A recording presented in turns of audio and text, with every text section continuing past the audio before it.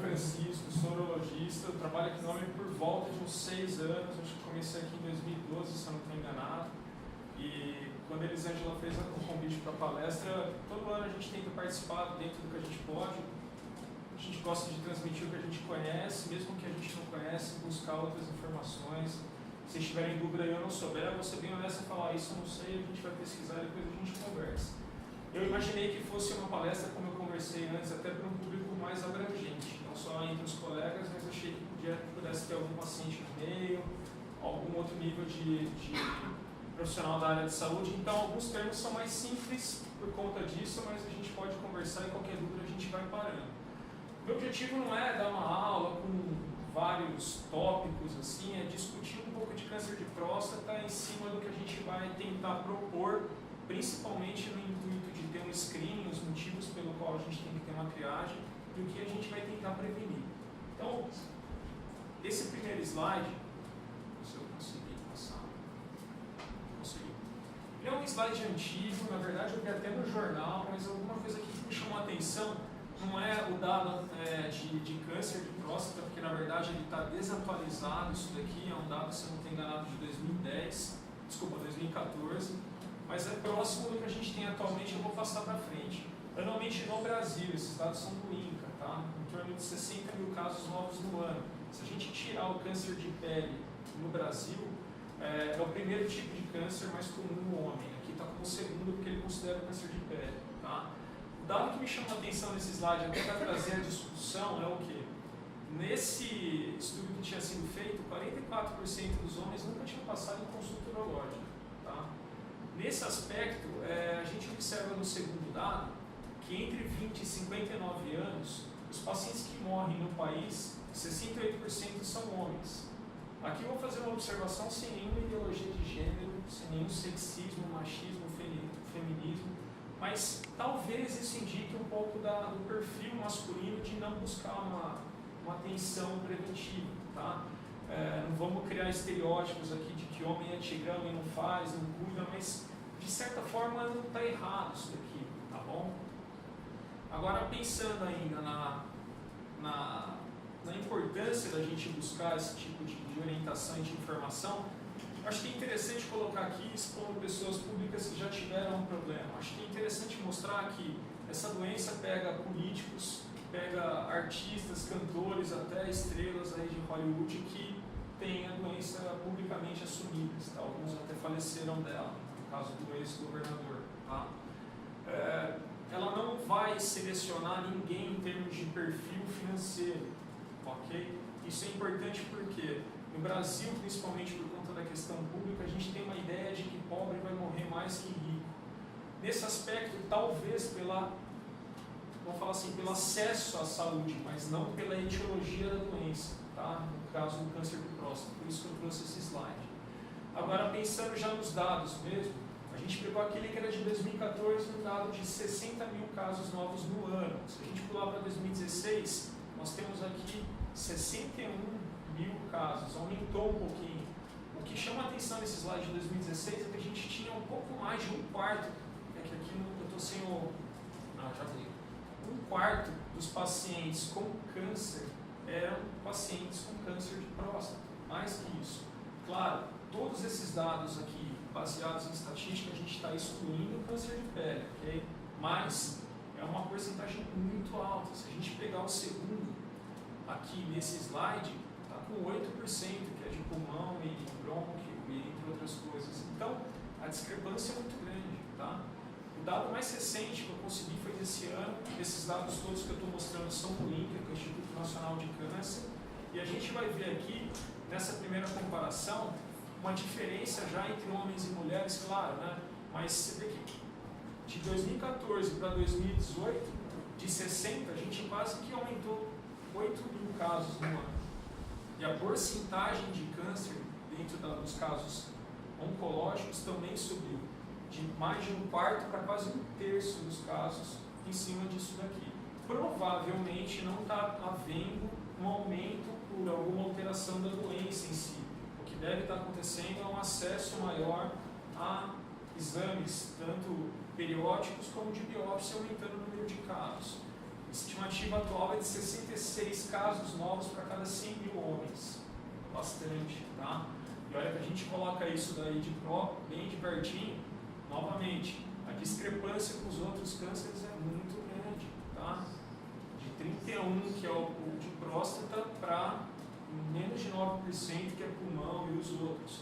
Esses dados, novamente, são do Instituto Nacional de Câncer. É interessante a gente trazer um dado nosso, brasileiro, não adianta mostrar um americano, um indiano, um chileno, não cobre a nossa realidade.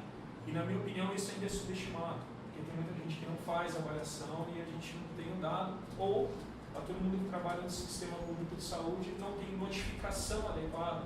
O paciente tem um diagnóstico e não é notificado. Porque a gente tem um trabalho interessante. Todo paciente que faz uma biópsia e tem a confirmação com câncer, aqui no AME, a gente passa para assistente social, tem uma rotina, tem uma tabulação, existe essa notificação, mas eu acredito que em outras áreas mais afastadas, principalmente fora do estado de São Paulo, essa notificação é subestimada também, tá? Esses dados de importância de epidemiológica são para tentar atingir o público. Na verdade, eu pensei que tivesse pacientes, então eu coloquei para quem estivesse aqui, para ver que não é uma coisa tão improvável, não é tão incomum.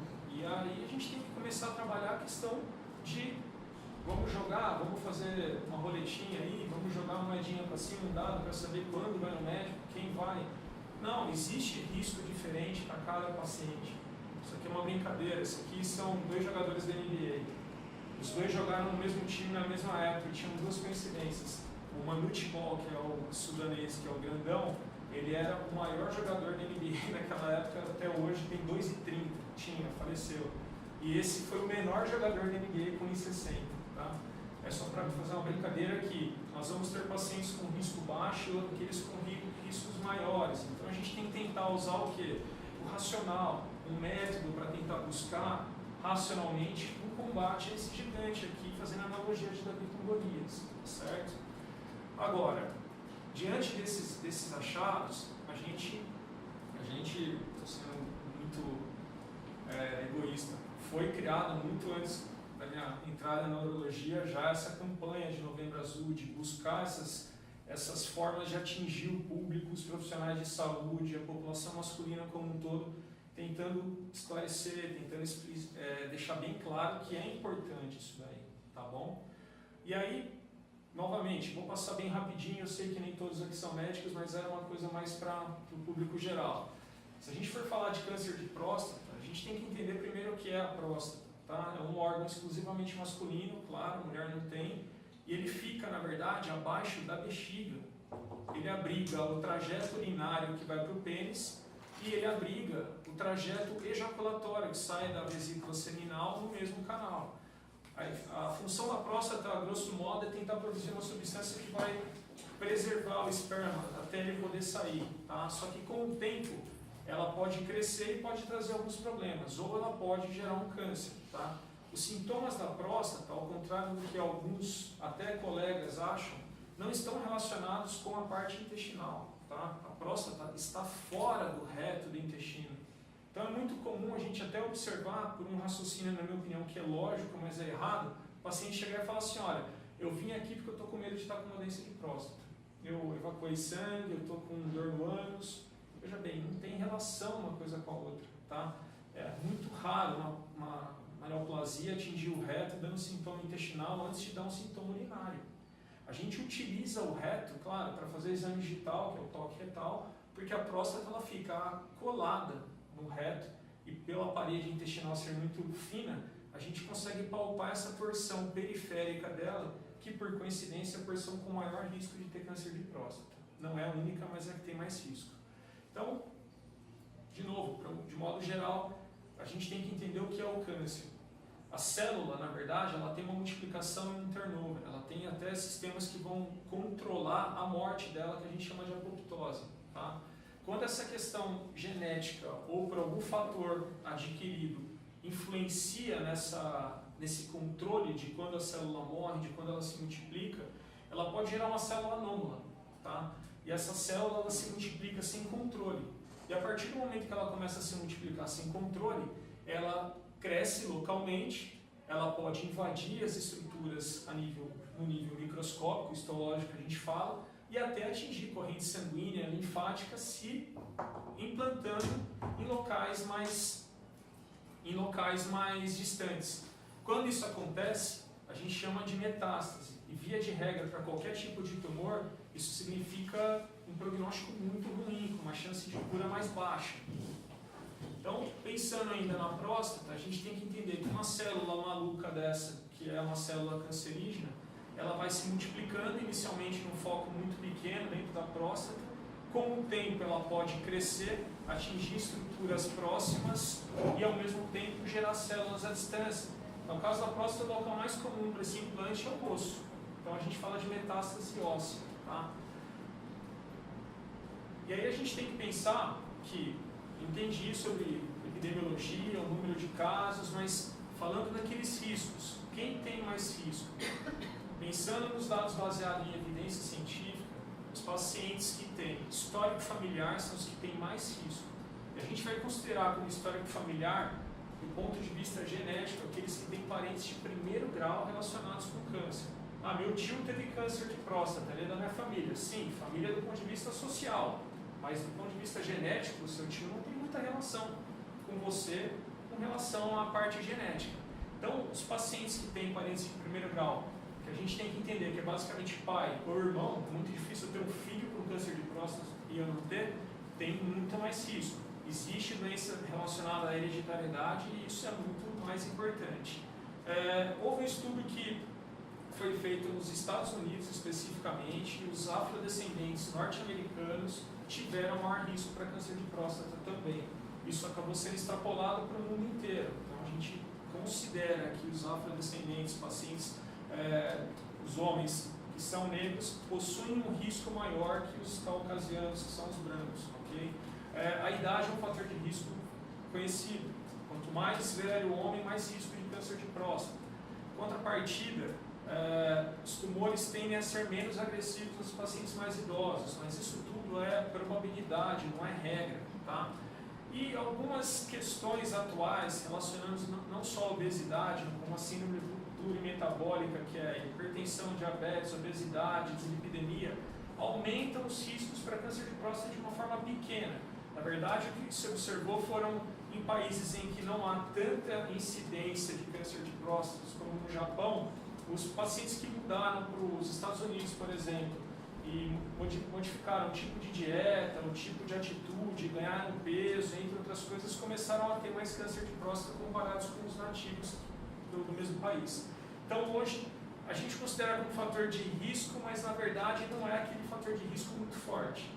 O que eu acho que é importante colocar sobre essa síndrome plurimetabólica é o fato de que ela pode piorar o tratamento e a evolução da saúde do homem de qualquer forma. Se ele tiver um câncer de próstata, é muito mais difícil tratar um paciente que é hipertenso, descontrolado, diabético, dislipidêmico e obeso, do que aquele paciente com um perfil mais adequado. E o fato dele ter esse tipo de problema, ele pode até desencadear outros tipos de neoplasia, não só na de próstata. Então é uma coisa que tem que ser combatida, não só pelo ponto de vista do câncer de próstata, mas principalmente pelo cardiovascular. Tá? E claro, sim, olha, deixa eu só falar só mais uma coisinha. Uma coisa que é importante é o seguinte, é muito comum o pessoal falar, meu pai teve câncer de próstata, eu vou ter. Errado. Tá? Seu pai teve câncer de próstata, você tem mais chance de ter, não significa que vai ter. Assim como, olha, meu pai nunca teve, então não vou nem fazer exame. Errado também. Isso sai dos controles.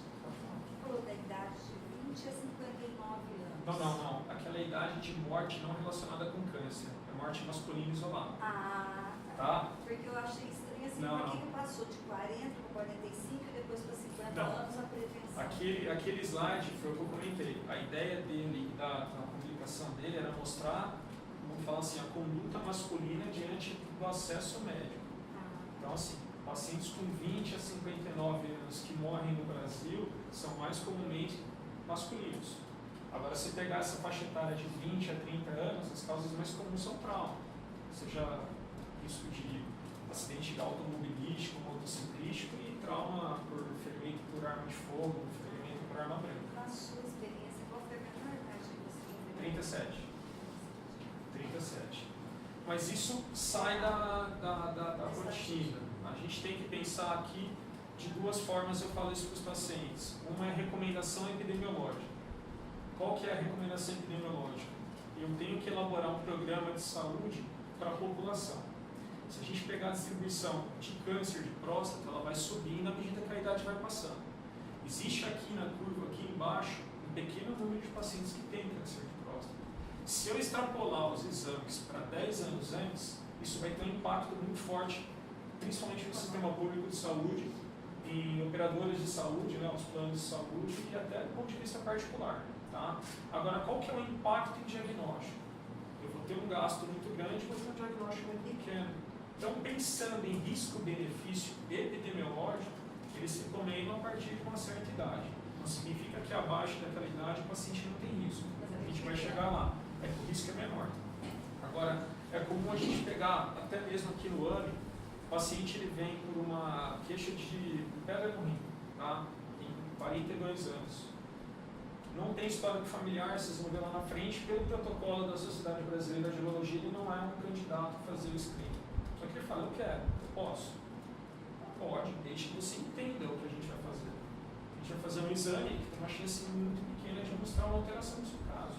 Se você não se importar em termos de exame físico, de entender que algumas alterações do PSA podem não estar relacionadas com o câncer de próstata, a gente pode fazer. O que eu falo sempre é a mesma coisa. O indivíduo, José, fictício lá, ele tem 2 porcentagens para câncer de próstata na vida dele. Uma é 0, a outra é 5%. Agora, eu pego isso daqui na população, ó, Rio Claro, todos os homens acima de 50 anos têm mais ou menos aí 17% deles têm câncer de próstata. Estou chutando o valor, não sei disso, né? Agora, quando eu falo dele, ou ele tem ou ele não tem. Existe 17% de câncer, o senhor está com mais ou menos 33% de câncer, não existe. Então, essa estatística individual, a gente não deve aplicar. Principalmente em consultório, que o acesso é mais fácil, e a maior parte do meu tempo eu faço em consultório, assim, com plano de saúde particular, eles chegam muito mais cedo para fazer o exame, porque o acesso é mais simples do que aqui, tá? E aí eles falam, olha, eu quero fazer, tem indicação? Tem, desde que você entenda esses riscos e benefícios relacionados à sua idade, e a gente faz, tá bom? Seguindo essa questão de quem deve ir, os fatores de riscos relacionados são importantes e alguns sintomas vão levar o paciente à procura do médico. A gente tem que diferenciar o sintoma que leva o paciente ao médico do sintoma que pode estar relacionado com câncer de próstata. Via de regra, não existe um sintoma específico para câncer de próstata. Tá? Isso é muito comum a gente escutar por aí, olha, está com dificuldade urinar, isso é câncer de próstata. Não, não é assim. A maior parte desses sintomas estão relacionados à doença benigna. O crescimento no homem da próstata, a partir dos 40 anos, ele é quase que natural, ele acontece. E esse crescimento ele vai trazer dificuldades, esvaziamento da bexiga e sintomas urinários. Agora, o câncer de próstata pode trazer sintomas urinários? Sim. E isso costuma estar relacionado em casos mais avançados. Existe um protocolo, a gente vai chegar em cima disso, mas olha, não vamos esperar ter sintomas. É muito comum às vezes o paciente passar. Aqui a gente tem um programa de saúde do homem, é comum, no consultório, e o paciente vira aqui e fala, olha, minha esposa agendou para mim, minha filha agendou, eu vim aqui, mas olha, eu não sinto nada, não tenho câncer. Olha, infelizmente não é assim, o fato de você não ter sintoma não diz que você não tem a doença, e aí a gente tem que trabalhar em cima disso.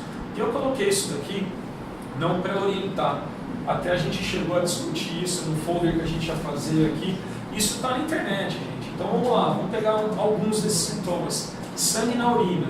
É um sintoma comum de câncer de próstata? Não, não é comum. Pode acontecer? Pode. Só que a gente tem que pensar antes de câncer de próstata, um sintoma desse, de infecção urinária, pedra, até tumor de bexiga é mais comum que de próstata para quem tem sangue. Sangue no sêmen? Não, também não é algo, é muito mais comum você ter uma doença benigna relacionada do que uma doença maligna que a gente chama de hematoespermia, tá? Força para urinar, dificuldade, jato entrecortado, sensação da bexiga não está esvaziando, isso geralmente está relacionado com doença benigna da próstata, crescimento natural, ou o que a gente chama de HPV, que é hiperplasia benigna da próstata, mas não é um sintoma específico para câncer de próstata. Isso estava na internet, eu achei interessante, porque olha só, se cada senhora idoso que tem dor na região lombar achar que está com câncer de próstata, a gente vai ter bastante trabalho, porque eu tenho 39 e tenho dor nas costas, que é uma coisa mecânica, lombar. Então assim, cansaço, então todo mundo que trabalha bastante tem câncer na próstata. Então assim, a gente observa algumas informações que no intuito de tentar informar, elas eventualmente exacerbam a preocupação de alguns pacientes. Então a gente tem que também trabalhar essa questão de que, olha, não é tão matemático, não é uma coisa assim, se tem esse sintoma ou se tem a tal doença. A gente tem que tentar diferenciar. E aí algumas dúvidas são muito comuns. Aquilo que eu comentei, o paciente chega no consultório e fala, mas estou com sangramento nas fezes, eu vim porque minha próstata, eu tenho certeza que está doente. Sábado a gente teve campanha de próstata aqui, foi batata. Um deles falou, olha, eu estou com sangramento, eu tenho certeza que eu tenho problema na próstata. PSA normal, toque retal normal. O senhor não tem problema na próstata. O senhor pode estar fissura anal, hemorroida, até um tumor de intestino, mas próstata a princípio não tem. Dor no ânus, as doenças hemorroidárias são muito frequentes, abscessos perianais, fissura anal, mas não é próstata. Alteração do hábito intestinal, então, aqueles que não comem verdura, não comem salada, não têm uma dieta rica em fibra, quase todos, então, por esse critério, vão ter doença de próstata. Errado, tá? Ela não influencia nem para prisão, nem para constipação, nem para diarreia. Então, o que a gente gostaria de falar é que essa questão de sintomas, para tirar a dúvida de quem tem, não estão relacionados. E uma coisa que é muito frequente é a gente receber até em consultas particulares o indivíduo ir no urologista por um problema de hemorroida.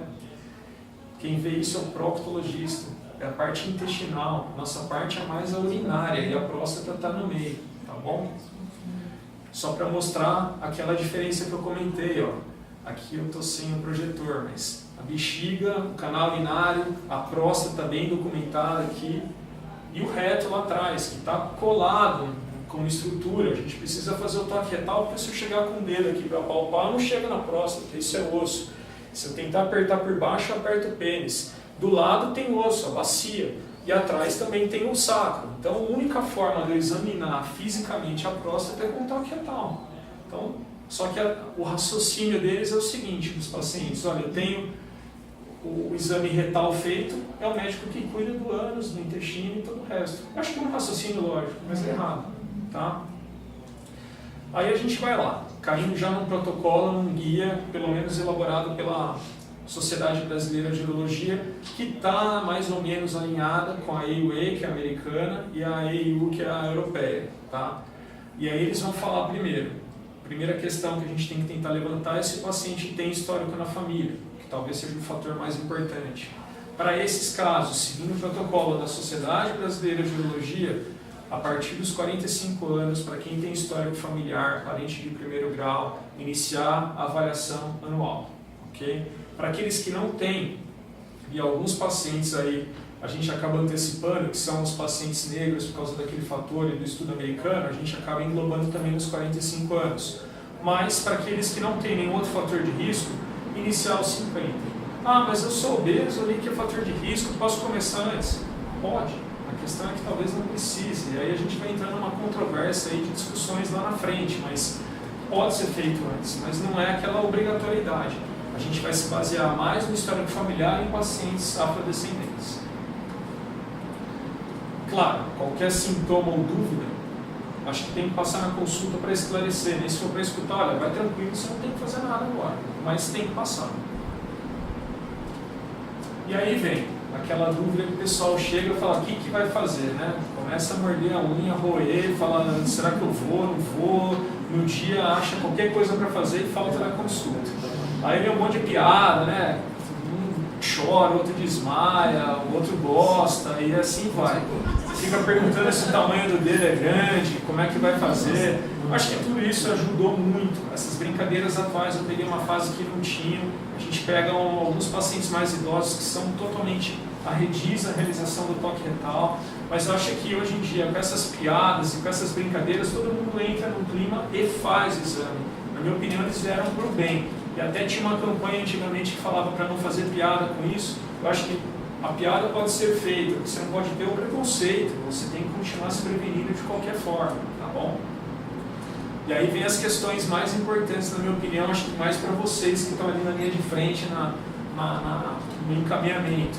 O exame de sangue é melhor que o exame de toque retal? Não, o outro fala, não, mas o que é bom mesmo é o toque retal, de sangue ele não é muito bom.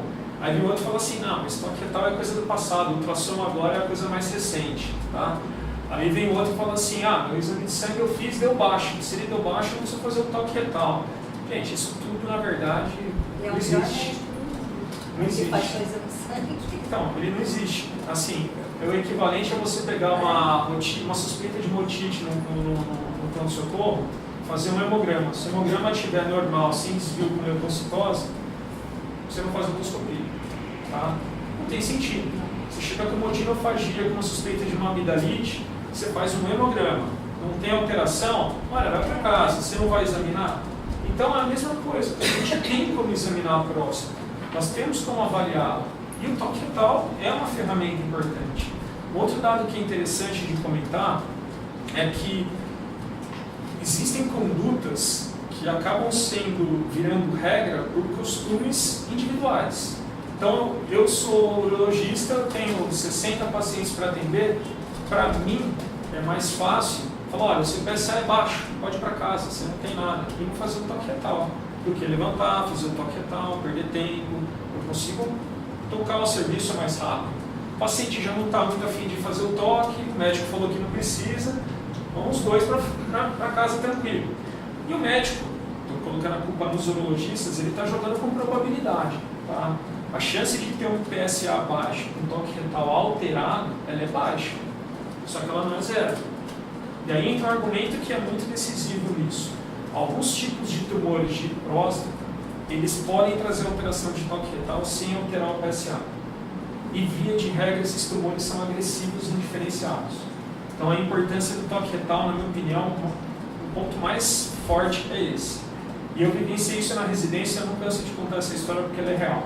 Eu estava no meu quarto ano de residência e o meu R5, que a gente fala que era um ano mais velho, que era muito amigo meu, o pai dele é de Salvador, 70 e poucos anos na época, passou por um urologista e ele pediu um PSA para ele. Aí ele fez o PSA e ligou para ele. Falou, posso falar um nome que ele não é daqui? Ricardo, o médico pediu exame, o PSA deu tanto. E o Ricardo do meu lado falou assim, pai, tá tranquilo, o PSA tá normal, você vai fazer o toque retal, se tiver tumor ele vai te liberar. Aí passou um tempo, o Ricardo me falou assim, você lembra da história do meu pai? Eu falei, lembro, falou que o PSA estava normal, o toque deve ter dado normal ali. Então, ele foi no médico, o urologista que estava lá, ele falou assim, olha, seu PSA tá bom, o senhor pode ficar tranquilo. Aí o pai desse meu amigo falou assim, doutor, o senhor vai me perdoar, mas meu filho é médico, está terminando a urologia, eu já tinha falado para ele, eu já sabia que o PSA estava bom. Aí o médico olhou para ele e falou assim, você é pai de urologista? Ele falou, quase, né? Está terminando lá e tal. Ele falou, quer saber? Vamos fazer esse toque retal. Fez o toque retal, identificou um nódulo na próstata, tá? E a impressão do pai do Ricardo, que é meu amigo, era que ele não ia fazer se ele não tivesse falado. Ele tinha um nódulo, fez a biópsia, confirmou um tumor agressivo. Esse paciente, que é o pai dele, fez a prostatectomia radical com radioterapia e bloqueio hormonal e também hoje. Agora, se não tivesse feito, a gente não sabe o que ia acontecer. Então, são exemplos de situações reais. Essa daí me marcou porque eu estava na minha formação e foi com o pai de um amigo meu que era quase urologista. Faltava meses para ele terminar a residência. Então, gente, o toque retal, ele é importante, tá? Brinquem, tirem sarro, façam piada, mas estimulem as pessoas a fazerem. Não fiquem com essa história de que o PSA tá bom, mas vai demorar para marcar consulta. Olha, vamos fazer o que é certo. Aí o problema de que vai demorar, não vai ter acesso, é um outro problema que é mais político que médico. Então, pensando nos colegas, eu acho que o encaminhamento tem que ser feito. Ok?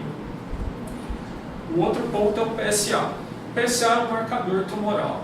E a sigla americana para antígeno específico da próstata. Como o próprio nome diz, é específico da próstata e não é específico do câncer. Então essa história de que o PSA subiu, eu tenho câncer, não é real. Tá? O PSA, isso aqui não é uma regra, isso aqui eu achei interessante para trazer, não pelos dados que estão nas duas colunas depois, mas pela primeira coluna. Vários fatores podem aumentar o PSA e não são câncer. Atividade sexual antes da coleta, andar de cavalo, bicicleta, qualquer exercício que comprima o períneo, uma sondagem, uma cirurgia, uma infecção urinária, pode trazer elevações de PSA, que até alguns sintomas, algumas alterações de próstata, que não tem sintomas. Aí cai numa coisa que é mais histológica, de diagnóstico já com biópsia, atrofia, prostatite crônica, entre outras coisas. Mas é só para vocês terem ideia que são vários os fatores que podem alterar o PSA.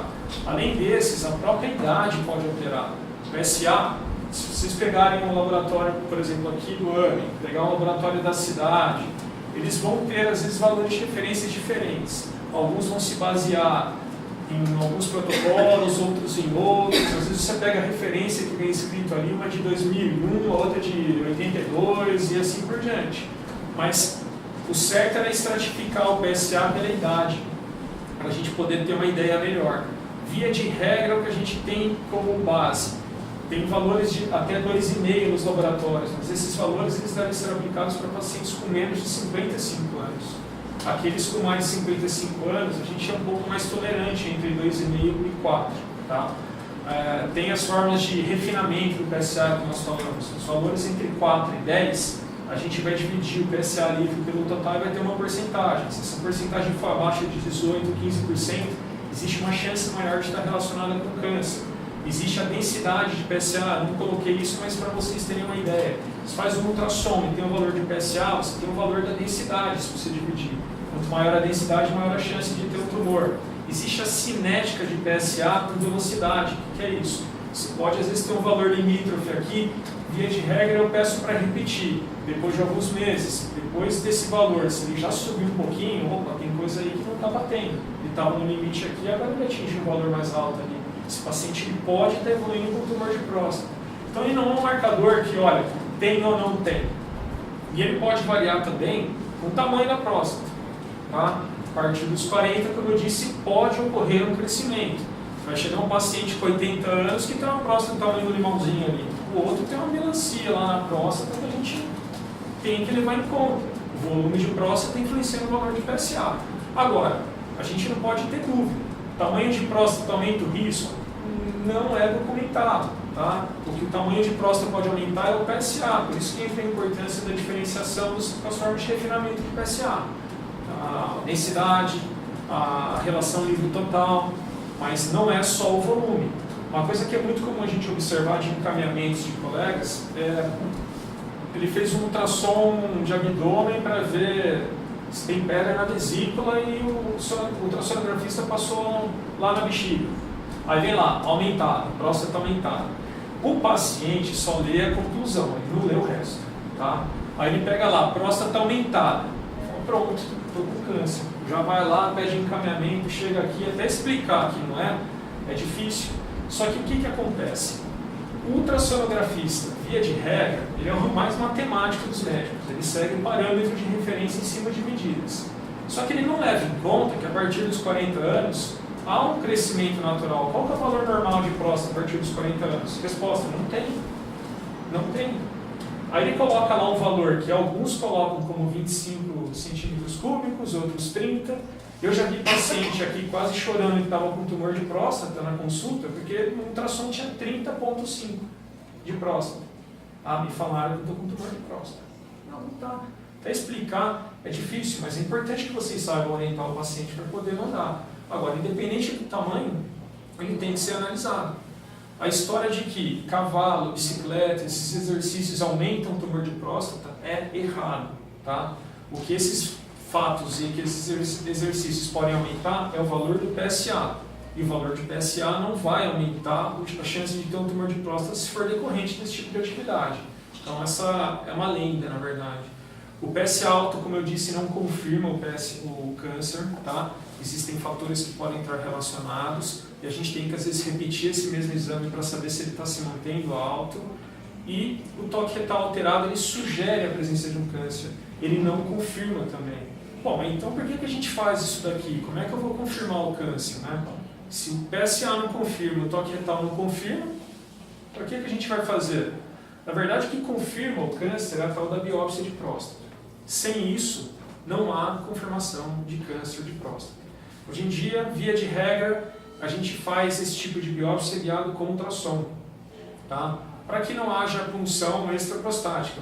Eu peguei uma fase que fazia-se sem ultrassom, a gente colocava o dedo no paciente anestesiado, com a agulha apoiada no dedo aqui assim e direcionava. Eu vi biópsia com músculo, vesícula seminal, mas não tinha próstata, entendeu? Biopsiaram outras áreas. Então hoje, com ultrassom, não é que melhora o diagnóstico por imagem, aquela sua questão.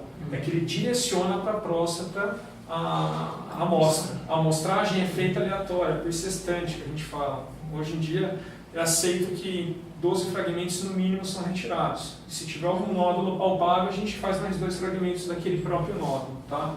Mas existe a chance de pegar vamos fazer uma comparação ruim, pega uma melancia e um canudinho, tá? De refrigerante. Se fosse possível furar a melancia com o canudinho, você vai ter que acertar uma semente da melancia do canudo, tá? Se você colocou lá e tirou 12 fragmentos e não pegou nenhuma semente, não significa que não tem tumor necessariamente. Significa que a amostragem ali talvez não tenha pego a semente em um câncer pequeno. Por isso que não é incomum vocês observarem que pacientes às vezes têm que fazer mais de uma biópsia ao longo do tempo. E aí a imagem do ultrassom. Então aqui a gente tem a bexiga, esse é o transdutor, eu vejo a próstata e consigo direcionar para onde eu quero. Essa região periférica no ultrassom é a região com mais chance de câncer de próstata. Não é a única, mas é a mais frequente. Com o fragmento retirado, isso, claro, vai para uma análise para um patologista, que é o médico que vai ver a lâmina em busca de alterações que vão demonstrar um câncer de próstata. Pronto. Aí vem algumas questões. Se a biópsia é o que confirma, por que a gente não faz só biópsia? Fica larga a mão desse negócio de fazer toque retal e PSA. E eu pensaria assim, a questão é que a biópsia é um procedimento, tá? E ele é invasivo. E pelo fato de ser invasivo, ele pode trazer risco de infecção, dor, infecção, sangramento. Tem paciente que pode evoluir para um quadro séptico por causa de uma biópsia de próstata, necessidade de sondagem. Então não é um procedimento inócuo e muito menos desprezível. Sabe aquela coisa? Só uma biopsinha, tirar um fragmento ali e acabou. Não é bem assim, tá? Por isso que a gente acaba não fazendo. Então assim, diante de tudo isso, fala, poxa, nem agora, não entendi muita coisa e tal. É uma coisa, é uma escadinha de raciocínio, não é difícil. O racional para câncer de próstata, em termos de diagnóstico, é mais ou menos isso daqui, ó. O indivíduo, ele tem uma idade acima de 50 anos para o público geral, paciente com fator de risco documentado, familiar, ou histórico, ou afrodescendente, a gente começa um pouquinho antes, 45 anos. Aí a gente vai lá, selecionou o grupo que vai fazer a avaliação. O toque retal e o PSA, são métodos de screening, de triagem, para a gente ver quem precisa de uma biópsia de próstata. E aí a gente vai indicar a biópsia de próstata em cima dos achados alterados daqueles 2 exames, para não fazer muita biópsia, não fazer muito mal para o paciente e não ter diagnóstico. E aí ele fez a biópsia. Qual que é o objetivo da biópsia? Ele quer confirmar um câncer ou excluir um câncer, ok? Esse é o racional. Porque é o seguinte, você vai lá e faz um ultrassom, seja ele transretal ou abdominal de próstata, e mostra nódulo prostático. Paciente com 50 anos, por exemplo. A maior chance desse nódulo ser benigno do que ser maligno. Então, a presença de nódulo no ultrassom é impossível diferenciar sobre a natureza, se é benigno ou maligno. Teve uma época que tentou se identificar as características do nódulo. Se ele é ecogênico, ele tem mais chance de ser tumor do que o hiperecogênico. O hiperecogênico está mais relacionado com o HPV. Só que aí, quando correlacionava a peça cirúrgica, na verdade, o hiperecogênico nem tumor tinha, o tumor estava em outro lado. Tá? Então, assim, o ultrassom, o screening, ele não faz parte. Se você der ultrassom, já vai a biópsia. Você pede ultrassom. Na verdade, o que a gente fala é pedir a biópsia guiada pelo ultrassom. E não o ultrassom, ele não vai mudar. O que acontece é assim, ó, vamos supor que eu pego um paciente que está no limítrofe, 60 anos, ele tem um PSA de 4,3, a relação entre o nível total não é, está no meio ali, está com 18%, não é nem muito baixo, nem muito alto, o toque retal dele não tem nódulo, não tem aumento de consistência, o que eu quero ver é isso. E eu tenho uma dúvida, o paciente obeso, o toque não é tão fácil, será que ele tem um volume de próstata grande que justifique o aumento de PSA? Às vezes a gente solicita um ultrassom via abdominal de próstata para estimar o volume dela e uma nova dosagem de PSA. Com isso, a gente já tem basicamente alguns fatores para fazer um segmento. Primeiro, se ele tem um volume de próstata grande para aquele PSA limítrofe, opa, vou ficar mais tranquilo, não tem histórico, não tem risco, vamos fazer um segmento. Segundo, ele vai voltar com o novo PSA, para correlação temporal com ultrassom de próstata.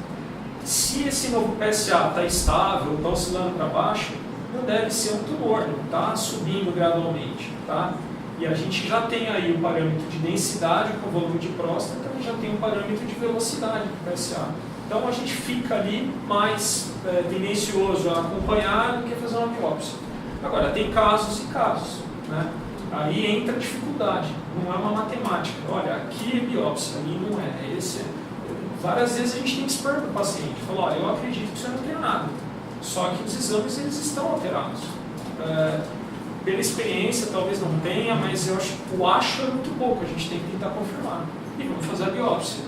Aí o paciente fala assim, vamos sim. Então, mas veja bem, a biópsia, você vai ter que chegar um dia aqui, o médico vai entrar com equipamento pelo ânus, vai tirar 12 fragmentos, vai sangrar, vai doer, lá. Aí alguns falam, não, vamos fazer um novo exame antes. Aí você tem que ir discutindo. A questão, cada vez mais frequente no câncer de próstata, é individualizar o caso. Não dá para ter uma conduta em massa na maioria das vezes. Cada caso é um caso. Às vezes você pega um paciente também que é assim, ó, 66 anos, tem até um PSA aumentado por volume de próstata, ele está subindo mais lentamente, só que é um AVCzado com FA paroxística lá, que tem que tomar uns Marevan da vida. Pô, na biópsia desse cara eu tenho mais chance de matar ele da biópsia do que ele morrer no câncer. Então vamos seguir um pouquinho, vamos ver. Às vezes você tem que fazer uma biópsia dessa internado, não em via ambulatorial, do jeito que está aqui. É muita questão de pesar, e a gente vai chegar lá na frente, a questão do tratamento é a mesma coisa. Tá? Aí chega a notícia, a gente descobriu que o paciente tem câncer. Aí vem aquela imagem na cabeça dele de que se ele tem câncer ele vai morrer. Eu até brinco com eles na hora, morrer o senhor vai. Eu tenho certeza, a única certeza que eu tenho da vida é que eu vou morrer também. Agora, a gente tem que ver o tipo de câncer. A gente não pode falar que câncer de pulmão, câncer de intestino, câncer de mama, câncer de próstata é a mesma doença em órgãos diferentes.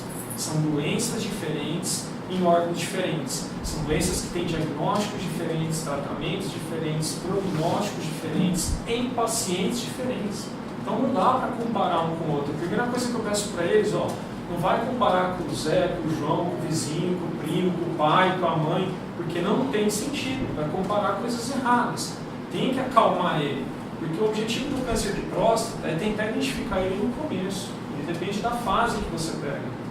Por isso que essa triagem, esse screening é tão batido em cima. E por isso que deu algumas discussões recentes que a gente vai chegar lá na frente.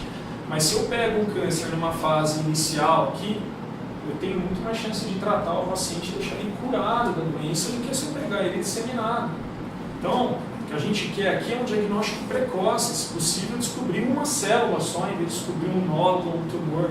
Claro que isso não é possível, mas seria o ideal, para que a gente não chegasse numa fase avançada. Chega um paciente numa fase tardia, com caquexia, com metástase óssea, que nem esse daqui, a notícia é paliativa. Não tem o que fazer. Não existe tratamento curativo nessa fase. A gente vai fazer paliação. Eu vou tirar o desconforto, tentar melhorar a dor, tentar prolongar a sobrevida, mas curar ele da doença eu não vou. Não é eu aqui no AME, ou Bambambam, do Albert Einstein, ou o cara do M. Anderson, do Sloan Kettering lá em Nova York, não é assim. A questão é que não dá para tratar. Isso daqui é uma cintilografia óssea, tá? O osso normal, para quem não conhece, é essa parte aqui, ó, tá vendo? O fêmur aqui, cada pontinho preto desse mais escuro é tumor de próstata implantado ao longo do esqueleto desse paciente, tá? Isso gera muita dor. O paciente às vezes pede para morrer por conta da dor. E a evolução da doença é invadir a medula óssea e o paciente falece geralmente por causa disso. É a principal via de metástase do câncer de próstata. Existe metástase para órgãos sólidos, mas não é comum. Tá? Fígado, pulmão, cérebro, mas é raro, ok? E aí a mensagem que eu queria é, não fica com medo, não fica assustado, faz o exame para não chegar nessa fase aqui, entendeu? Não chegar numa fase aqui que, olha, o senhor devia ter feito, sabe aquela e se, E se eu fosse filho do vizinho, eu morava na casa do lado. Não dá para pensar assim, já foi. Não tem. E aí, a gente vai cair na questão de tratamento. Qual que é o melhor tratamento? A resposta é, a primeira pergunta que eu faria é, quem que é o nosso paciente? Tratamento para quem? Qual que é a idade? Que tem comorbidade? A gente está falando de paciente jovem, um idoso? Tá bom, um idoso bacana, ó, faz exercício. Sábado veio um que corre maratona com 72 anos. Então assim, ele fala, até quando eu tenho que fazer? Bom, se seguir esse ritmo, até 200 anos, né? Vai ter que fazer exame, porque ele está bem. Agora, mesmo idoso pode não estar com a mesma idade na mesma situação. Então não dá para falar, é idoso, pela idade faz isso, pela idade faz assado. A gente tem que identificar quem que é. Esse paciente toma remédio, é diabético, hipertenso, dislipidêmico, toma algum anticoagulante, esse paciente já teve algum AVC, alguma doença neurológica, cardiovascular, arritmia, isquemia coronariana, tabagista, para a gente definir qual é o melhor tratamento para ele. O tratamento geralmente ele impacta a saúde sexual do homem. Alguns também, outros não, tá? Do ponto de vista sexual. Então, pensando naquele que já não está bem, a gente pode ser um pouco mais agressivo no tratamento, porque bem ou mal já não está funcionando. É um raciocínio mais ou menos assim.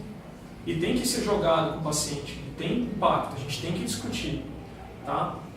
E aí, entra dados ainda técnicos aqui que eu vou passar por cima, mas o objetivo é mostrar para vocês que são mais pontos do que aqueles. Score de Gleason, vocês sabem. O adenocarcinoma de próstata, que é o mais frequente de próstata, ele tem um score de Gleason, já está mudando um pouquinho o score de Gleason para um da OMS, vai de 1 a 4.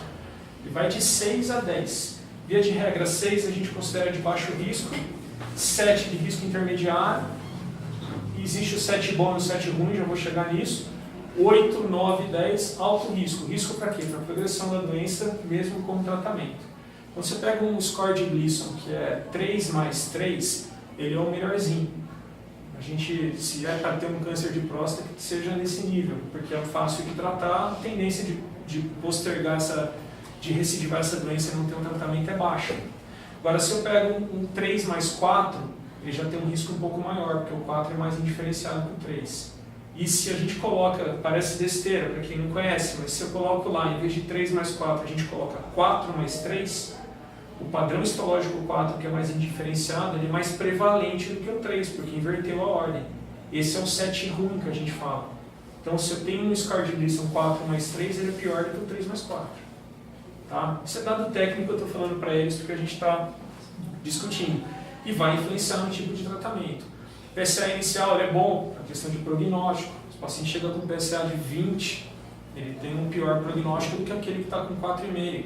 Estadiamento clínico no toque retal, tem nódulo, tem infiltração de vesícula seminal, e o patológico, claro, né, que eu acabei de dizer, além do score de Gleason, tem invasão neurovascular, extravasamento capsular da próstata, que vai ditar um pior prognóstico. Então, tudo isso a gente tem que colocar no balaio, ali misturado, não é para ficar louco, falando, nossa, e agora para onde eu vou? É porque a mensagem é que a gente tem que individualizar o tratamento. Se eu for pensar assim, ó, meu pai tem câncer de próstata, o que ele vai fazer para tratamento? Eu não sei, não conheço seu pai, nunca vi, não sei se ele é bom, se ele é ruim, se ele tem doença, qual que é o score de Gleason, o toque retal dele, como é que era, descreve para mim. Então a ideia é individualizar para ver qual é o paciente que vai se encaixar melhor com qual tratamento. E dentro desse processo de individualização, a gente tem que discutir com o paciente. Falar, olha, se o senhor fizer esse tratamento, o senhor tem essa e essa vantagem. Agora o senhor vai ter isso, isso e isso vantagem. Se o senhor partir para aquele, esse. E aí a gente vai discutir um pouquinho de cada um. Claro que como urologista eu vou falar primeiro da cirurgia, não é para defender ela versus os outros, mas é o que a gente tem mais experiência. Prostatectomia radical é o nome da retirada da próstata. A gente retira não só a próstata, como as vesículas seminais. Isso pode ser feito com a cirurgia aberta convencional, que é um corte geralmente abaixo do umbigo, ou pela via perineal, atrás da região do escroto.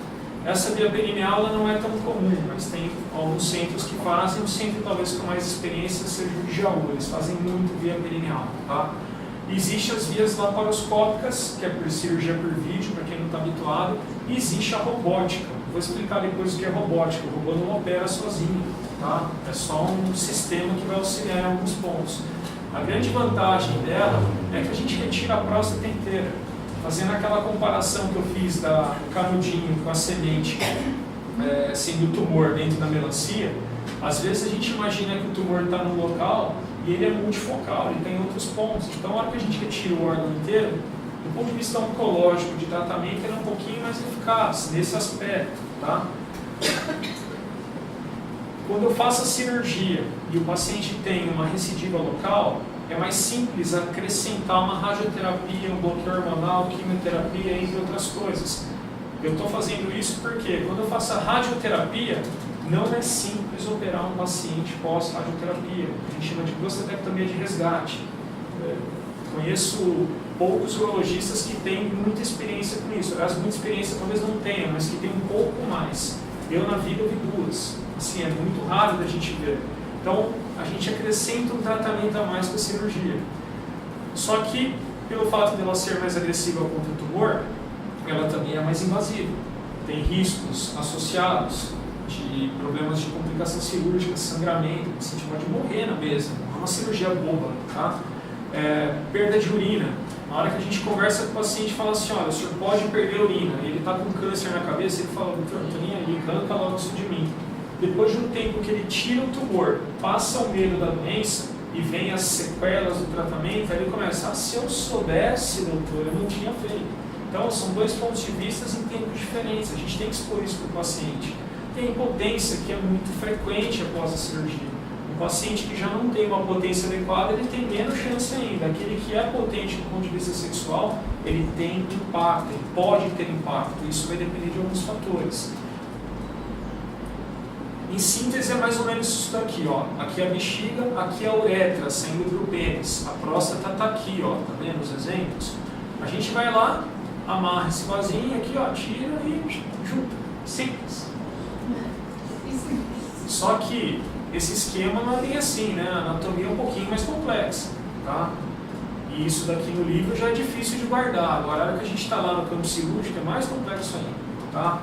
Não é tão simples assim de ver o amarelinho, não é uma bomba relógio lá que você corta o azul, liga o verde, aquelas coisas que faz. E é por isso que algumas vezes não é possível preservar esse nervo aqui. E é esse nervo que vai dar potência sexual. Algumas vezes na cirurgia não é possível ver o nervo. Algumas vezes na cirurgia a gente vê que o tumor está envolvendo o nervo, a gente tem que tirar o nervo. E às vezes a própria manipulação, já no paciente que já está meio em cima do muro para uma potência sexual, pode trazer impacto. Essa visão é de uma cirurgia aberta, só que ela pode ser feita por vídeo, entre outras coisas. E o robô que eu vou mostrar mais para frente. Vamos falar agora da radioterapia. Eu não vou defender uma outra, a gente tem que associar o que é bom de uma versus o que é ruim da outra, tá? É uma terapia que é menos invasiva. Radioterapia a gente não pode confundir, para quem não é médico, com quimioterapia. Não vai cair cabelo, não vai dar náusea. É um raio-x potente que vai ser direcionado para o órgão que a gente quer afetar, que no caso é a próstata, só que ele também passa por outros órgãos próximos, o reto, a bexiga, entre outras coisas. Então, ela, de certa forma, ela é mais indicada para aqueles pacientes que são pacientes graves, não do ponto de vista oncológico, de ter tumor, mas é um paciente que já usa anticoagulante, já teve AVC, 3 infartos, tem gente que tem tumor de próstata com tudo isso. E aí, para não ter aquele impacto cirúrgico, anestésico, transfusão de sangue, aquele risco todo, a vantagem da radioterapia ela cresce frente a esses pacientes. Se a gente perguntar qual tem mais chance de tratar o tumor, de novo, qual tumor? Se a gente pega um tumor de baixo risco, a chance na evolução de um tratamento adequado para as duas é igual. Quando a gente pega para o risco intermediário, para o alto risco, a radioterapia começa a perder um pouquinho, tem mais chance de recidiva no futuro, comparado com a cirurgia. Então, aqui é só, desculpa, eu coloquei aqui as desvantagens. Ela também dá impotência, num nível um pouco menor, mas a longo prazo ela também causa. O problema da radioterapia é que os equipamentos são diferentes. Existe equipamento moderno que a gente consegue direcionar uma dose muito maior de radiação só para a próstata. Existem equipamentos muito antigos que dão uma queimada geral ali, na próstata, bexiga, reto, e aí vem sintomas associados. Tem paciente que pode ter o que a gente chama de cistite actínica e retite actínica. Actínica é um sufixo para uma doença causada pela radiação. E aí ele tem o quê? Sangramento profuso, às vezes, tanto do reto quanto da bexiga, ardência, um sintoma seria equivalente a uma infecção urinária intensa, mas que não é causada por nenhuma bactéria. E no reto é a mesma coisa. Tratamento para isso, dificílimo. Torce para não pegar mais uma aptite actínica, isso vem diminuindo, os equipamentos vão ficando melhores, mas a experiência é ruim, não tem o que fazer, não tem onde queimar para pagar o sangramento. O paciente às vezes precisa de transfusões, uma série de coisas e ainda não fica bom. Tá? Isso vem diminuindo. Tá? Existem técnicas e técnicas em cima de radioterapia. Quem faz a radioterapia não é urologista, existe uma especialidade que é o radioterapeuta, existe todo um cálculo, que é isso que eu queria mostrar, existe como tentar dosar, existe graus de modalidade de intensidade modulada de radiação, existe a braquiterapia, que em vez de ter uma radiação espalhada, ele coloca algumas sementinhas dentro da próstata com radiação, só que também não é aplicado para todos os casos, também tem seus riscos. E claro, quanto mais moderno o equipamento e mais guiada a imagem, melhor o resultado. Alguns congressos, eu estava comentando com eles antes, existe uma discussão na mesma mesa de casos de câncer de próstata. Eles colocam lá o radioterapeuta e o cirurgião do lado, o urologista. Cada um vai defender o seu ponto de vista e é interessantíssimo ver que algumas vezes eles não têm consenso entre eles. E assim, alguns vão defender o seu lado, outros o outro. Aquele caso que é mais difícil costuma ser empurrado para o colega do lado, falando, não, isso aí é radioterapia. O outro fala, não, isso aqui você tem que operar, e assim por diante. Porque não é consenso. O câncer de próstata não tem uma receita de bolo. E aí existe, embora não é todo mundo que conhece, o segmento para o câncer de próstata. O que é esse segmento? É não fazer nada. O paciente tem o câncer de próstata e você não faz nada de tratamento. Mas nada, ele vai morrer. Não, ele não vai morrer pelo câncer, ele vai morrer com o câncer.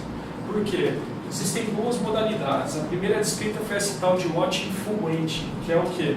É uma coisa parecida assim, ó, um segmento observacional. A gente pega geralmente um paciente muito idoso, com comorbidade, que tem sinais de que esse tumor dele é muito indolente, ele é preguiçoso, ele cresceu, mas ele não vai matar o paciente. Por que a gente fala de seguir esses casos? Porque se eu fizer uma cirurgia nesse paciente ou uma radioterapia, ele vai ter uma qualidade de vida pior do que ficar com esse tumor localizado ali e seguido. E outra coisa, muitas vezes essa situação não mata o paciente, como eu disse. O paciente ele vai morrer com o tumor, mas não do tumor. E aí nessas situações, se é possível, existe um critério para seleção, é uma boa alternativa e ela deve ser seguida.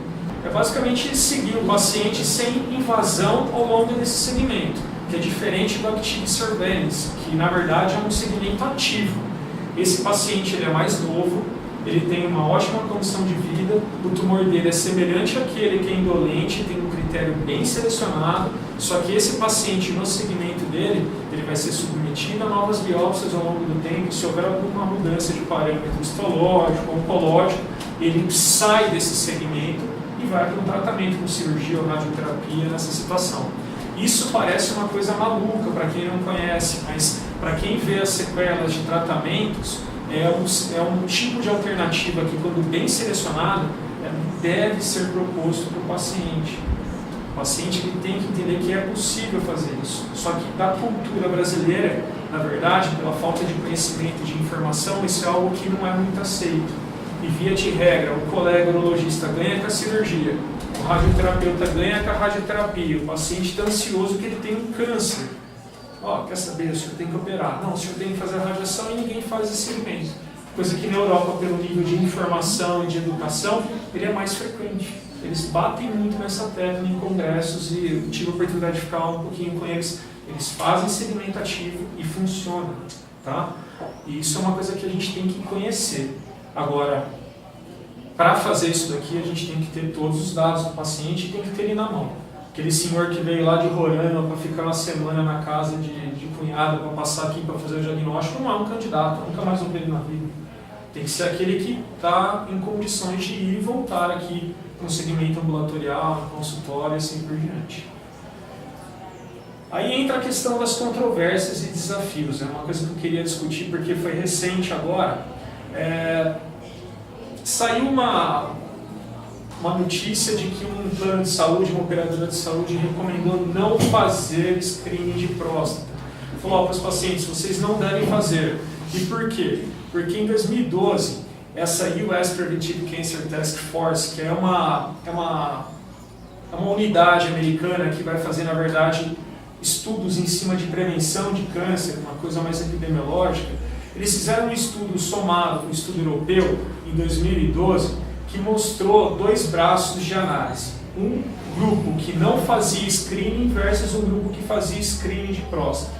Nesse resultado, a grosso modo, eles viram que quem fazia screening de próstata não tinha redução de mortalidade de casos, mortalidade de câncer específico. E a partir desses dados, eles extrapolaram as recomendações para os Estados Unidos de que o screening não era necessário, porque ele não prevenia a morte. Isso foi uma bomba na comunidade científica, todo mundo começou a discutir, brigar, era epidemiologista brigando com oncologista, urologista brigando com não sei quem, e foi.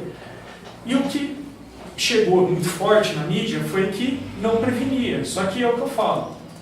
Esses dados científicos, eles envolvem tantos parâmetros para análise que não dá para ler só o resultado final ali, você tem que saber como é que foi feito o estudo. E após essa análise mais específica do estudo, teve o que a gente chama de selection bias, que é o seguinte, no grupo de pacientes que não fazia o screening de próstata, eles na verdade já tinham feito alguma vez na vida. E aí a partir desse dado, que foi esse grupo que já tinha feito na verdade o screening e estava contaminando o grupo dito não feito, eles colocaram que não é um bom dado, que a gente não deve seguir isso para um guideline. Uma coisa é ter um estudo científico, outra coisa é ter uma recomendação para a população. O estudo inicial mostrou um dado que eles consideraram contaminado. E a partir daí eles retificaram a recomendação de que tem que individualizar, que o paciente tem que participar da decisão, se ele vai ou não, que ainda não é tão certo, e mudaram. Só que esse grupo que saiu aí, que eu comentei, eles colocaram, na verdade, num site baseado nesse artigo de 2012, leram só uma parte, não leram o estudo inteiro, não viram que já tem uma retificação e colocaram para a população que não precisa fazer. Aí sai num jornal, numa mídia, quem está publicando ali às vezes não é da área, ele não tem o conhecimento e vai lá e coloca um resumo da ópera ali, né? Fala, não precisa fazer porque não previne mais. Isso trouxe uma discussão muito séria e eu achei que alguém fosse questionar isso, por isso que eu coloquei isso daí, porque isso é recente, tá? Um outro dado que ainda é controverso é o seguinte, lembra dos tumores indolentes, preguiçosos que eu coloquei? Nos Estados Unidos, hoje em dia, existe um número muito grande de cirurgias em cima de próstata e cirurgias com robô, tá? Isso traz um custo gigantesco para a saúde americana e pode trazer alguns impactos de tratamento. O paciente que é operado, ele pode ter sintomas e sequelas mesmo a cirurgia transcorrendo bem. E aí, o que a gente está pensando? Estou falando na comunidade urológica. Se você tem tumores que não vão matar o paciente, se você tem tumores que a gente propõe não tratar e só seguir, a gente tem que começar a evitar o excesso de diagnóstico e evitar principalmente o excesso de tratamento. Porque esse tratamento tem custo, tem comorbidade para o paciente. Isso seria o ideal. Agora, como fazer isso? A gente ainda não sabe. Tem algumas técnicas que estão sendo feitas, eu vou mostrar para frente, para tentar identificar quem é o paciente com tumor que vai progredir e pode matá-lo, versus aquele paciente com tumor que está inquieto e que talvez não mate ele. Para a gente evitar tratamento não em cima só de custo, mas de comorbidade. Porque parece que não, o paciente que perde urina, para o homem, isso é muito impactante. Às vezes um paciente com 50, 60 anos, ele tem que usar fralda constantemente. Não dá para ele entender isso, isso tem um impacto muito grande na qualidade de vida, embora não seja grave. Um paciente que são 60, 50 anos, que não tem mais atividade sexual pela falta de potência, é outra coisa que, do ponto de vista psicológico, para o paciente é muito importante. Então, o que a gente está tentando fazer? Cada vez mais criar ferramentas para identificar o tumor que é realmente agressivo e que necessita de um tipo de tratamento mais específico. E aí, a questão do custo operacional. Existe a cirurgia robótica, tá? A cirurgia robótica para câncer de próstata, ela no Brasil ainda é astronomicamente fora do perfil financeiro do país. Existem radioterapias cada vez mais específicas, com custos muito altos. Hoje já existe inclusive vacina, a gente já estava discutindo agora há pouco, o custo de uma dose é de R$150 mil. Então assim, é algo absurdo. Então tem coisas que a gente tem que tentar selecionar para não ter o quê? Desgaste financeiro em cima de tecnologia, desgaste humano. Às vezes o indivíduo ele tem que produzir, um profissional que vai organizar uma indústria, vai organizar um político, ele é um profissional que não só para a parte familiar dele, mas para a comunidade ele é muito importante. E a gente tem que pensar aqui, eu coloquei de operadoras de saúde, mas também no nosso país, diferente dos Estados Unidos, alguns países da Europa, eles não têm SUS lá. Mas aqui a gente tem, considerando o SUS como operadora de saúde pública, que é nossa, na verdade, a gente tem que diminuir custos para eles, porque não dá para aplicar para um país uma cirurgia robótica de, sei lá quantos R$1.000 por cirurgia, versus o paciente que está morrendo de câncer de próstata e não consegue fazer nem a aberta. Ou melhor, o cara não consegue fazer nem a biópsia. Então a gente tem que tentar direcionar isso daí de alguma forma para o país. E aí é um desafio, na verdade, ninguém tem essa resposta no mundo, não é aqui no Brasil. E aí a gente vai pensar também nos casos avançados. Tirando esses desafios de lado, chega o paciente que nem aquele que eu dei o exemplo com metástase óssea, o que a gente vai fazer para ele? Não é uma receita, esses casos avançados eles têm que ser bem analisados, cirurgia via de regra não é uma opção, tá? O paciente não é mais candidato a uma prostatectomia radical, eventualmente a radioterapia é uma saída, tá? Pelo menos para um controle local regional. O bloqueio hormonal não é quimioterapia, o bloqueio hormonal é o seguinte, a célula da próstata, o tumor de próstata é estimulado pelo hormônio masculino que é a testosterona. Existem formas da gente bloquear a testosterona no corpo, com medicação e até com a retirada do testículo, eventualmente. E essas medicações cresceram em tecnologia, em avanço, nessa questão de bloqueio hormonal. E é uma terapia que é associada nos casos avançados e nos casos mais agressivos. A quimioterapia existe, como eu disse, mas não é a primeira opção, ela já vem para os casos avançados, pós algumas etapas queimadas de tentativa de tratamento sem sucesso, a gente parte para a quimioterapia, e os cuidados paliativos no intuito de diminuir dor, diminuir impacto sobre a qualidade de vida, perda de autonomia e até auxiliar a família nesse aspecto, como lidar do ponto de vista psicológico e de certa forma até como lidar com a possibilidade da morte. E aí a gente vai parar aqui e pensar, no horizonte, o que a gente tem?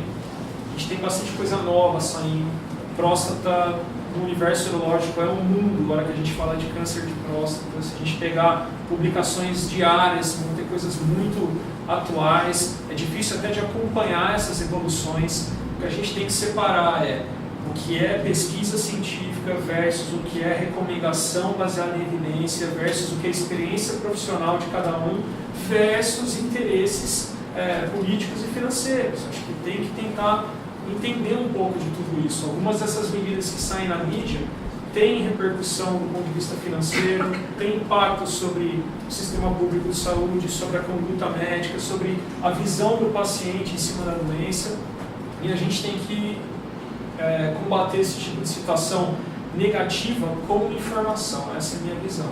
Agora, nós temos possibilidades futuras de novos marcadores. Como eu disse, o PSA ele é um marcador que ajudou bastante, de certa forma ele é recente na história, ele está aqui no Brasil aí, em meados da década de 80 para frente, não é uma coisa tão antiga, tá?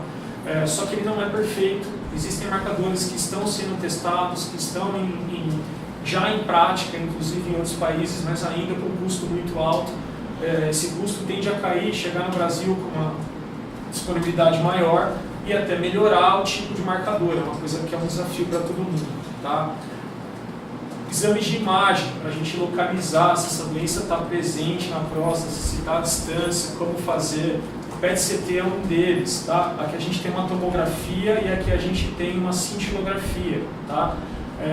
A associação dos dois dá o tal de PET-CT. Então nós observamos aqui que não dá para ver nada. Eu não vejo o tumor, não vejo nada. Na cintilografia a gente vê que o tumor está presente e acomete aqui a cadeia ilíaca obturatória. E no PET-CT isso ficou muito mais evidente. Além do PET-CT, hoje a gente tem o PET-ressonância e tem algo ainda mais novo que é o PET-ressonância PSMA, que assim, é algo bastante importante porque ele consegue ver algumas recidivas tumorais ou até alguma extensão tumoral em valores muito pequenos, aí de meio centímetro, ele tem uma certa especificidade. A questão é que o custo de um exame desse deve girar hoje em torno de R$20.000, que só tem em São Paulo. Ou seja, não dá para a gente extrapolar, mas é algo que já existe. Tá? A ressonância magnética cresce com uma velocidade bastante espantosa. Vou dizer para vocês que provavelmente em São Paulo, não vou dizer nem nos Estados Unidos, nos grandes serviços particulares, a ressonância já faz parte da rotina deles. A gente tem aqui só um exemplo de como ela corresponde anatomicamente um lado com o outro. A questão é que a ressonância ainda tem um custo muito alto, falta de acessibilidade, ela depende de quem faz a análise, porque esse laudo aqui depende do radiologista, ele tem que estar treinado para isso. Vocês devem conhecer o BIRADS de mama, de mamografia. Já existe o PIRADS, que é de próstata para ressonância, que é para a gente tentar identificar se aquele tumor, aquela elevação de PSA, ela mostra um tumor que tem um potencial de ser clinicamente significativo para poder guiar uma biópsia e às vezes até indicar um tratamento. Alguns desses possíveis tumores, eles são muito localizados, com PIRADS baixo, é aquele tumor indolente que pode ser seguido. Isso já existe. Tá? Agora tem um estudo correndo, que é o estudo PROMIS, que ele é um estudo, se eu não estou enganado, em inglês, e ele é um estudo que já mostra inclusive algum benefício financeiro de biópsia relacionada com a ressonância versus a que a gente faz habitualmente com ultrassom guiado. Esse estudo ele teve uma análise inicial que mostrou um impacto lá no Reino Unido que chamou a atenção. E, como eu disse, um estudo inicial, você bate o olho ali e você fala, nossa, que interessante, né? Vale a pena, vamos tentar pensar numa ressonância e extrapolar isso para o Brasil. E o editorial do European Urology, ele teve um comentário que foi muito interessante. Para quem não leu o editorial e só leu o artigo, ali, o resumo, ele perde essa oportunidade. Ele questiona porque a ressonância no Reino Unido, ela foi, se eu não tenho enganado, foram analisados 11 centros para fazer o estudo. Desses 11 centros, acho que só 5 foram selecionados no Reino Unido. E o editorial pergunta por que só 5 dos 11 que foram selecionados. No Reino Unido, a resposta do autor do trabalho para o editor era que os outros não tinham condições de fazer uma ressonância com qualidade. Então a gente tem que pensar que isso aqui no Brasil ainda está longe. Então não adianta só colocar o aparelho, você tem que ter a qualidade do radiologista e treinamento para isso. Então não adianta simplesmente ter o equipamento. Cirurgia robótica, que eu falei até agora, o que é isso? O robozinho opera lá? Não opera sozinho. Tá? Isso aqui é como se fosse, para quem conhece, uma cirurgia laparoscópica habitual. Tá? Cada braço desse sistema ele é uma pinça laparoscópica e câmera. Tá? E aí existe uma equipe em campo que posiciona esses portais do paciente anestesiado e existe o cirurgião principal que nem com luva tá, ele está do lado de fora, aqui, ó, operando. O robô não faz nada sozinho, ele só faz com o comando de alguém por trás. Qual que é a vantagem do robô? Primeiro, ele corrige alguns tremores, ele corrige a visão, você tem como dar zoom, você tem como diminuir, você tem como guiar a sua câmera. A pinça laparoscópica, ela faz um movimento habitual, né? Não a robótica, ela faz um movimento de espelho. Então, se eu levanto a mão aqui, ele abaixa lá dentro do campo cirúrgico, né? A do robô ela faz a mesma coisa, só que ela ainda tem uma mobilidade dentro. Aqui não tem um exemplo. Então o cirurgião ele fica numa posição muito confortável. Existem argumentos de que a magnificação da imagem, o fato dele aumentar o zoom, ele consegue visualizar melhor aqueles nervos para preservar a potência, preservar a continência, margem cirúrgica oncológica, diminui sangramento. O paciente tem alta mais cedo do que uma cirurgia aberta ou laparoscópica.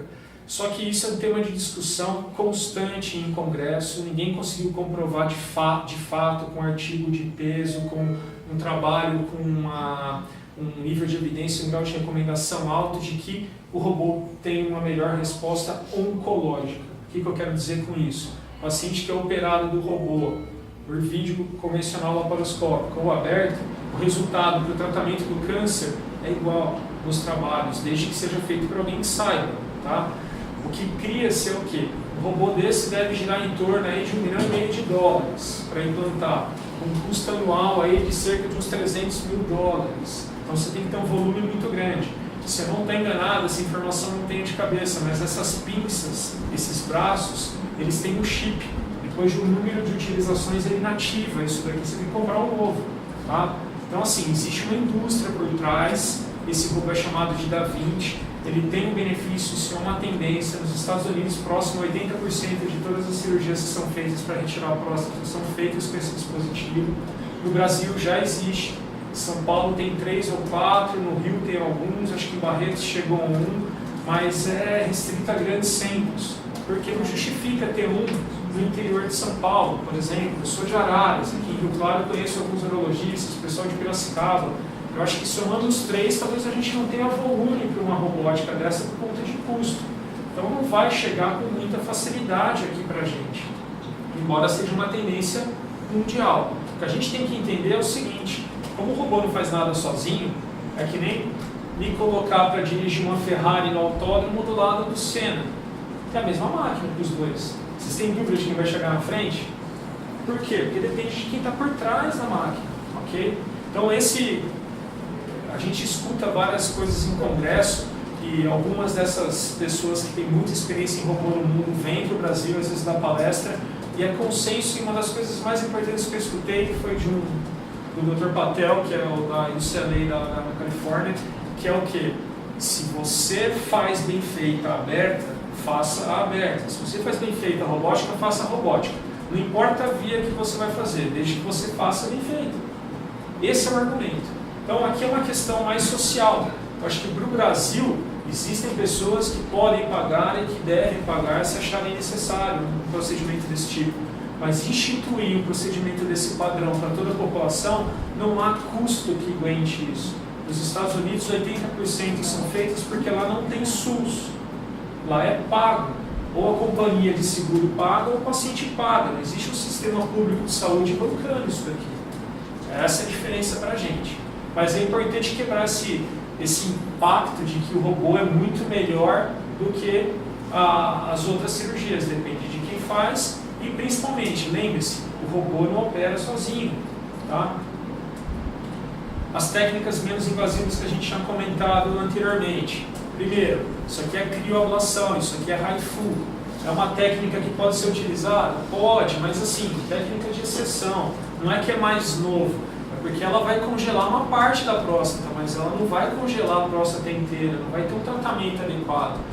A diferença da crio, que é congelar e matar o tumor, para HIFU, é que HIFU é a sigla americana em inglês para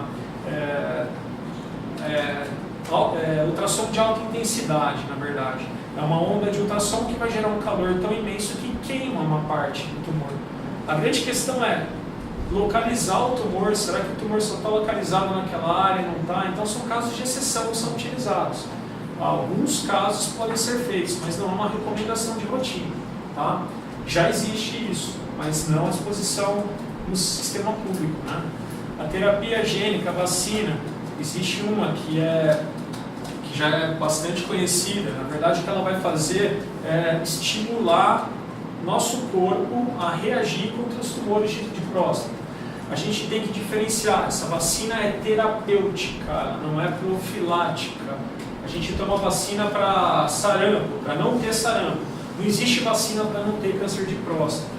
Isso aqui é utilizado para aqueles pacientes que já têm um tumor, já foi operado, já fez radiação, já fez bloqueio hormonal e não estão respondendo ao bloqueio hormonal. Então já é um caso avançado, ele vai tentar estimular de uma forma imunológica o sistema imune contra o tumor, mas não é para prevenir o tumor. Não, isso aqui é específico foi direcionado para a próstata. É o Provenge. Tem vários tipos, você falou de classificação, né? Não, isso daqui na verdade ele vai, se eu não estou enganado, assim, é uma coisa que a gente não tem acesso aqui, na verdade. Mas é um linfócito que é CD54, que você injeta específico para essa área. Ele foi feito para a próstata. Essa questão de terapia imunológica para os tumores é real, mas aí em cima de receptor e não em cima de célula. Aqui já é basicamente o leucócito jogando ali para apresentar antígeno tumoral contra o sistema imune, ou seja, o sistema imune reconhece o tumor. Essa que você está comentando para outras áreas, você tem os receptores de membrana e aí você tem alguns anticorpos monoclonais que vão se ligar a esses receptores, mostrando para o sistema imune que tem. Um pouco diferente, muito comum na parte biológica. Se vocês não lembrarem de mais nada, assim, o que eu gostaria que ficasse é o quê? Primeiro, a questão de sintoma, esqueçam, não é em cima do sintoma que a gente vai indicar a avaliação de tumor de próstata, é em cima daqueles perfis de risco que eu comentei, histórico familiar, os pacientes afrodescendentes, até pacientes que têm algum sintoma devem ser encaminhados, mas a gente não deve selecionar por isso, ok? E claro, o exame de sangue ele é importante, mas o toque retal é fundamental. Essa acho que era tudo que eu queria, era a última apresentação.